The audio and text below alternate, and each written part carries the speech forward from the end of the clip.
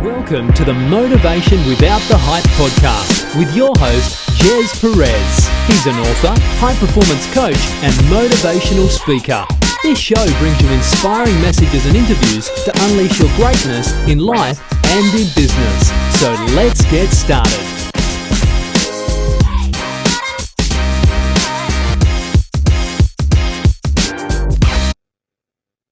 Hi everyone, welcome to Motivation Without the Hype podcast show. My name is Gez Perez, former procrastinator into an action taker. We bring you inspirational messages and interviews, including motivational insights, tips, principles, and proven strategies that you can take on home without the hype in unleashing your greatness in life and in business. So we appreciate you plugging in and spending time with us. And we have a very special guest with us today. And I'm very grateful to have him on our show. His name is Mark Flores. He is the founder of Falcon for Creative, a Sydney-based agency that partners with talented coaches, trainers, and service providers who are stuck in content creation and struggling to scale their business online.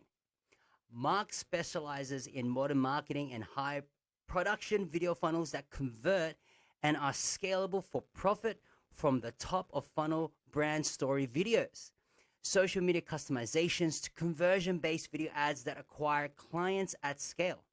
Mark enjoys playing guitar, tennis, and planning for the next adventure with his wife and son, plus capturing lots of family memories on video. Ladies and gentlemen, I've known Mark for quite some time. And he is an amazing human being who adds such great value to the lives of others.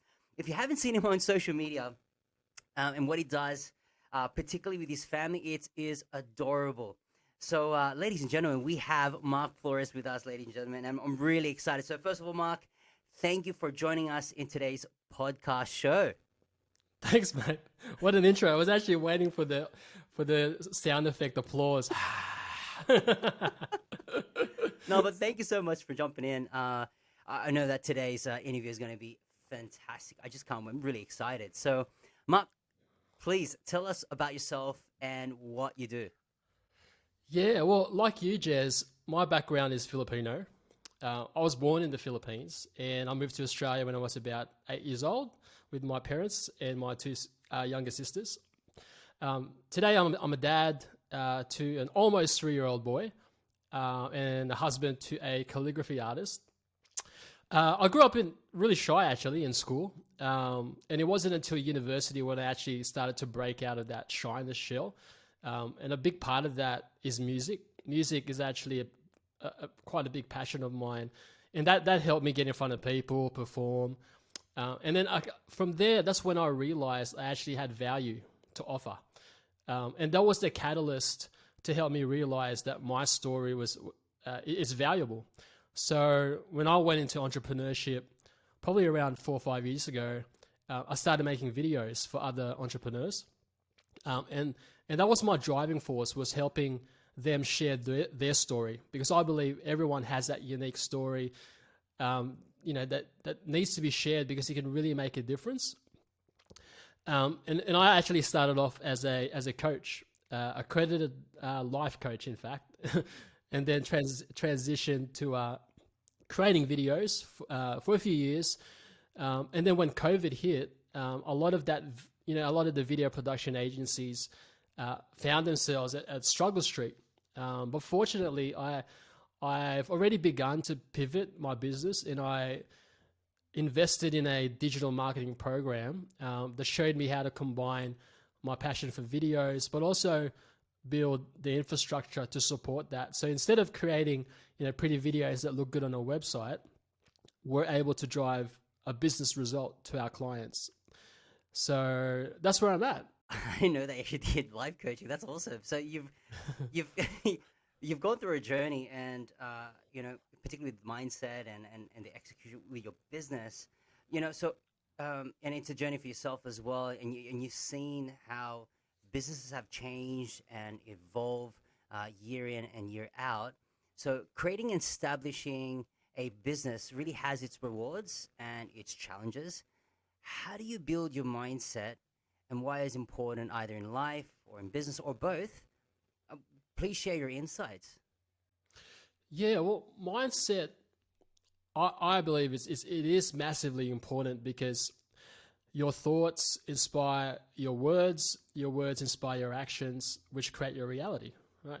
And and I learned that if you want to create desired results in your life or in your business, you've got to have a growth mindset versus a fixed mindset. So for me, knowing the difference between a growth mindset and a fixed mindset, I think that's one of the first steps. And a lot of that comes with self-education, self-exploration. It's not really something you can just learn by someone telling you these things. So you actually have to experience it for yourself.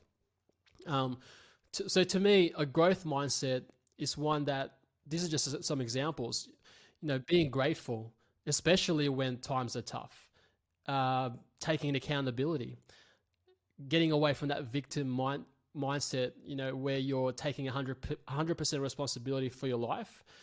And I believe when you do that, you have more power to change things for the better.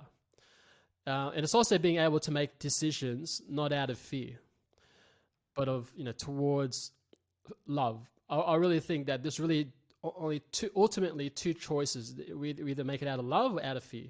You've probably heard this in self-development, spirituality. Another thing, like when it comes to growth mindset, being able to maintain habits or rituals that actually strengthens you as a person, not just your mind, but your body, your spirit. So meditating, exercising, these are just some rituals that will help strengthen that mindset. How do you build habits? Because you mentioned about being grateful, and we always hear that every time, right? Whether it's in podcast or in tutorials and videos or even in social media. Yeah, be grateful every day, but there's not much effort into being grateful. So how do you build gratefulness as a daily habit for yourself? You mentioned about meditation, but how do you insert that as a daily routine for those who are thinking about being grateful, but they've struggled by doing that on a daily basis? I think gratitude is it's not the easiest to do for a lot of people. And I think if it was easy, everyone will be doing it, because for a lot of us, we're really only grateful when things are going well. When our plan is going, things are going as planned, it's easy to be grateful then. But I think when you teach yourself to live gratefully, I think there's a difference between being grateful and living gratefully. Living gratefully is when it's a moment by moment practice. It's not something that, okay, I'm having a good day, so I'm going to be grateful. It's everything. Whether you're not having a good day is even more important to find gratitude in those times. And you can do it. Like if you're stuck in traffic, if you're driving, instead of you really have to be aware of how you're perceiving that situation.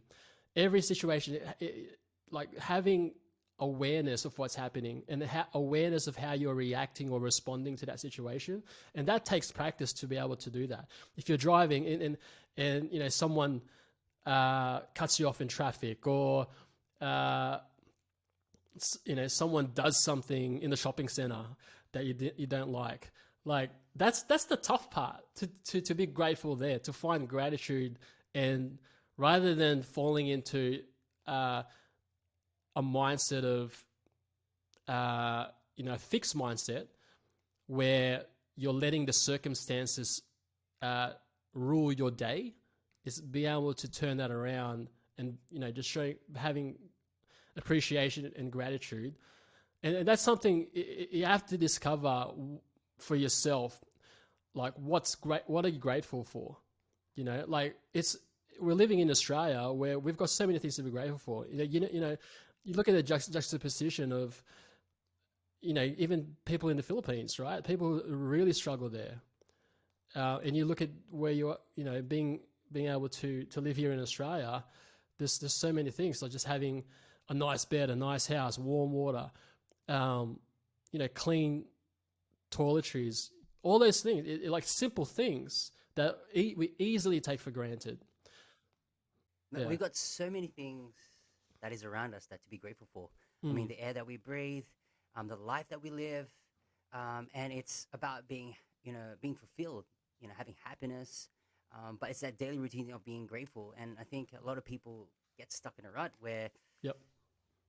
and you hit the nail on the coffin where it's easy to be grateful when everything's going all right. Yeah. But when you hit that, that bottleneck, am I bothered to be grateful? And that's the tipping point. And I think that's the breakthrough right there is, and despite of what's happening, am I Yep. still going to be grateful? So, there are going to be listeners out here and in tuning in, and they have a lot of aspirations. They had a lot of dreams and goals and really want to improve their lives. How do you turn, skills into adding value to others that ultimately increases their personal value? And you've gone through a journey, whether it's in business, and we've seen so much success in your life, pretty much everything, from business to your family, everything that revolves with what you're doing. What, how do you turn things into value, and how do you turn it inwardly that goes externally? Yeah, good question. I think, well, everyone's description of success, I think it's different. But if we're talking about, say, exterior success and the type of success that, I guess is common to what most people want to see, the formula is simple. I think to be successful in life or in business, you actually have to help other people become successful. So often we go into this path of success where we try to be successful when really, like I said, if you want to achieve success and the effect of helping other people become successful is what's going to help you be more successful. So I guess the measure of success is the impact that you're actually creating. And, if we're talking about internal success, things like, I think there's three intersections of doing. One is doing what you love, which is your passion. The second one, in no particular order, is being able to utilize your gifts, which is your natural skills. You talked about skills. And then the third one is living to your core values, which is the things that are the most important to you. So if you can have those three things together, and in the intersection of that is, I believe, is your own internal success, if that makes sense.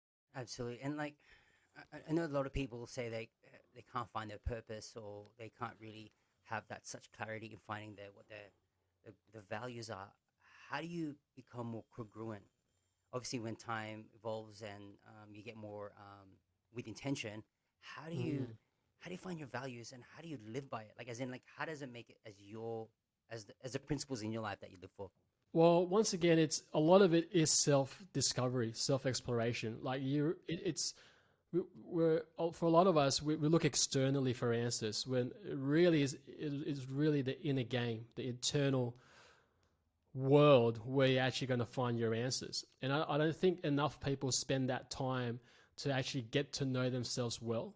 So if you're talking about what are your values are the things that are the most important to you. So if it requires you to sit down and make a list of things of what is the most important things to me, and maybe even put out that in a certain order, prioritize that because your core values are the top values, then that will help you become more clear on what those things are. And this exercise is not easy if you've never done it before, but it gets easier and you gain more clarity. Like for me, I can easily say my core values is my family, and you can tell because it's reflected by your actions. Right, I spend most of my time with my family. Whenever I post stuff on social media, it's about my family. So, when it comes to creativity, that's one of my values too. I play music. I pick up my guitar at home. My health is something I value as well because I exercise in the mornings. I look after my health. So you look at what are the things what are you actioning the most because those are the things that you actually value. If you're spending your time watching TV or a lot of time on social media, then maybe that's your value. Do you know what I mean? Does that answer the question? Yeah, absolutely. And I'm thinking about people out there who are listening, and maybe they're not congruent with their values, and they're living life as it is, and they want to achieve something that's like a certain milestone, and and I know they have a lot of adversities along their way. It's like they're living in a bubble where, like, they're not living to their true potential. How did you discover your true potential now that you're living it? And I know, and you can see it, right? The fruits of your labor. I mean, you just said it. Your values, your family, the creativity is what you do. You express it through music, and you live so freely, and you're living your purpose. While others are sitting around still thinking and living the mundane things of life, and whether it's they want to pursue their career, which is there's nothing wrong with that, but they're not being fulfilled, right? So from your perspective, how would you help someone who are kind of really stuck now? They want to do something, but they're afraid to do it. Yeah. And they risk of doing some certain things in their lives. And you probably experienced that yourself. When you talked about that lack of congruency, that's a profound word, because what I learned is when we're not congruent and as a result of that, we're not happy where we are, it's because when we're making decisions, there's a lack of congruency between, one, your logical mind, two, your intuition, and then three, your emotion. So, for example, if you're making decisions in life and your mind tells you, yep, I've got to do, your heart tells you, this is what I got to do, and this is what's going to help me. I really need to do this. But then your mind goes, oh, I think it's too much of a risk. I can't afford it. It's probably not a good idea right now. Maybe I'll do it next time. And then you listen to your intuition, and your intuition might say, take the risk, go for it, right? Usually, I think the intuition and the heart or the emotions is kind of aligned, and then your mind tells you another thing, right? So that's when there's incongruency, because it's like you're this separate. You've got different personalities. Like one side of you saying this, you do this. The other one saying to do that.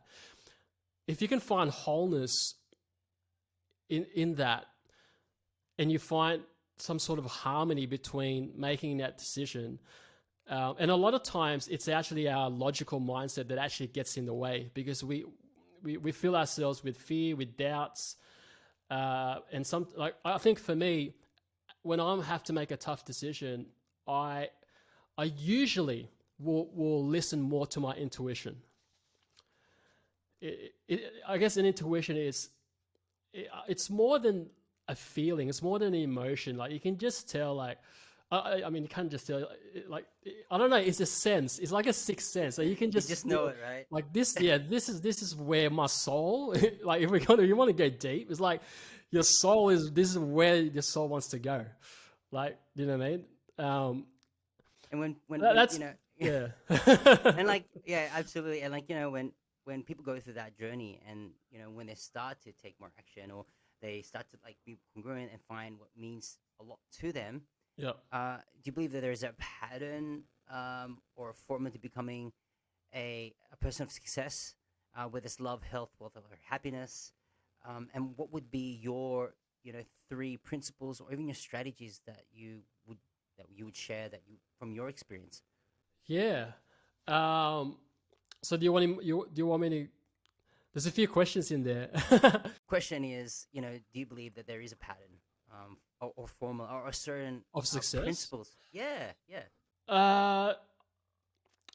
In people, I'm not sure if there's a pattern, but I do believe there are certain rules in, I guess you'd say, like laws of the universe, right? There's certain rules and laws in success that, yes, if you abide to that, then you're able to get to that direction in a better way, I would say.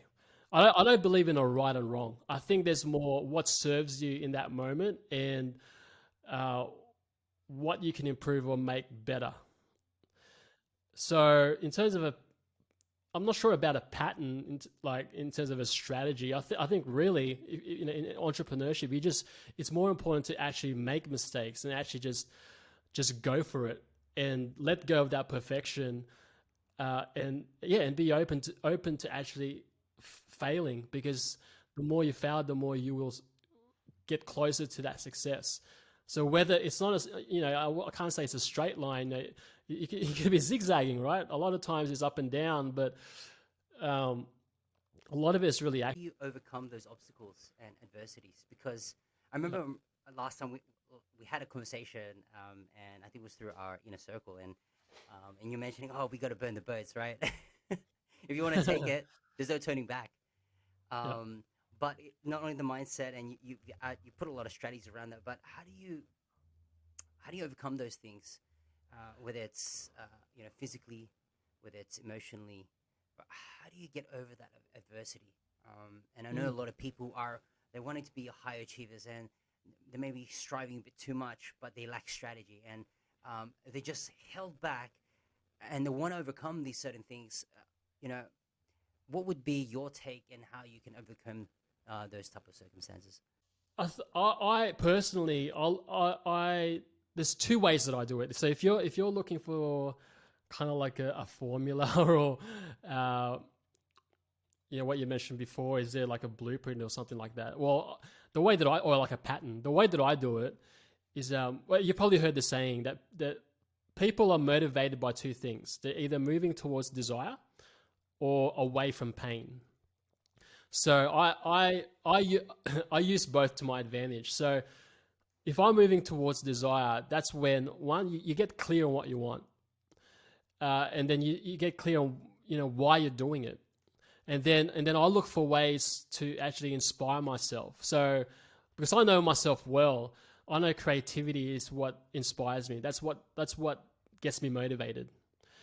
That's what makes my body want to move, and that's the origin of motivation, or motivate is a Latin word for to move or something like that. I did a bit of research on this. So going back to moving towards desire, surrounding yourself with people who lift you up, and choosing to do things that fulfill you. So that's one, moving towards the desire. The other one is moving away from pain, and this also works for me. The biggest one, I think, is the idea that is actually more painful to procrastinate, and as a result of that, you're not going to achieve your results. Yeah, I So like that. for So me, you reverse engineer it. So it's yeah, which I love it. That's awesome. Yeah. like the idea of not taking action will result into poor outcomes. So there's two things that actually motivate me and help me overcome adversity. Is those things. A big one, I think, as well, is being able to embrace the challenges and the adversities and the pain. Because a lot of times when we have those challenges, we tend to want to push it away. We want to put it aside and ignore it. When really, I know for me and for a lot of people, if you embrace pain, if you embrace uncertainty, it's actually easier for you to move around that because you're facing it, and you appreciate that. You appreciate the challenge that's going to help you grow. So that's a big one for me. That's not easy to do. Yeah. And the truth is in life, pain is that constant that we all experience. It is one constant in the universe is pain. Everyone goes through that. So it doesn't make sense for us to resist it. Do you know what I mean? Yeah. Man, these are like awesome nuggets. Like I'm just really sinking in. So what is, and I say this to all of the podcast guests, and what is your meaning of motivation without the hype, and how do you use motivation for your personal success? Yeah, that's cool. I mean, I love that title, Motivation Without the Hype. And I think the hype is that the hype of motivation is punching the air or jumping up and down, full of energy like Tony Robbins, right? What happens is when you try to imitate people and you look for motivation externally, it happens only in short bursts. You'll get motivated one day or for a few minutes and then you're kind of flat again. If you look externally for motivation, I think that's the hype. I think people think motivation is like motivation is important. But if you're looking externally, the effect of that is, like I said, is short term. So the good practice, I believe, is more what I call intrinsic motivation, where you get clear on who you are and what motivates you. So it's different for everyone. Like I said, for me, it's creativity. For me, it's being able to contribute to other business owners or just make a difference. My motivation is my family. My motivation is, being able to make the most of my time in Australia when my parents migrated here and they sacrificed a lot so we could have a great future. So I want to make the most of that because of, my dad, my mum sacrificed a lot for me. So that's huge. That's intrinsic. Another one is you got to have fun, right? You got to choose the things that it has to be fun. Do you know what I mean? And if it's fun, like the energy is higher, and the motivation, like with that, and what I mentioned about intrinsic, it becomes long term. So it becomes easier to maintain when you look for the motivation within you, what gets you going. Man, that is powerful. Because a lot of people tend to think that motivation is it's all hype, right? But if you use it in the right way, in terms of that intrinsic, that it's for the why, I'm doing this because I'm motivated because of my family. Going back to aligning your values, and then turning that into, personal skills into adding value to others. Yeah. And maybe that's another podcast that we could do in how we can extend that in terms of turning your skills into profit. So, thank you so much, Mark. Pleasure. Guys, those who are watching, it's just been an awesome, phenomenal episode. Look, for more information, how you can get in touch with Mark, just look at our show notes. We've got all the provided links there for you. He also has a free masterclass, how to blow up your brand with video and modern marketing. So if you want to upskill yourself in terms of video and modern marketing, Mark is your guy. So do check that out. And all the links are provided on the podcast show notes. So if this episode has been very helpful and uplifting, we would love for you to write a review to inspire more listeners to get plugged in. We will continue to provide high value content in every episode. If you don't mind sharing this podcast show on social media by inviting others, it would mean the world to me. So every time you tag me or others who are in this podcast show, we'll get the opportunity to share those posts, and together we can make a difference in the life of others through inspirational episodes just like this. So there you have it. In closing, continue to unleash your greatness in life and tell yourself that I can, I will, and I must. And I'll see you on the next episode.